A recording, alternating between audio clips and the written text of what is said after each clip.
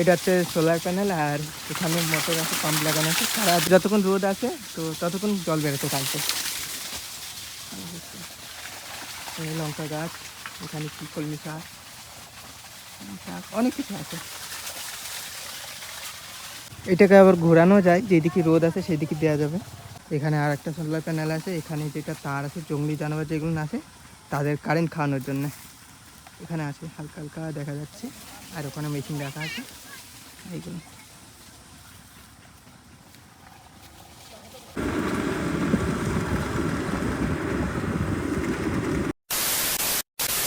তো good morning everyone. তো সকাল সকাল এসেছিলাম জমিতে, এখানে এত পরিমাণে গরম।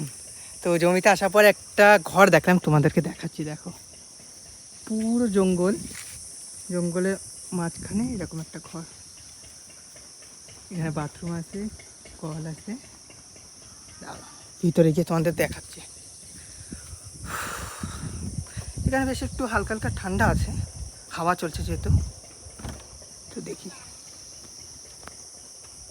কেউ আছে নাকি।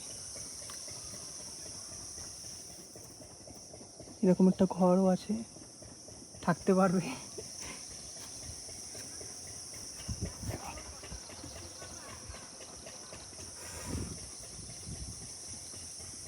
এখানে দাঁড়িয়ে পুরো জঙ্গলটাকে দেখা যায়।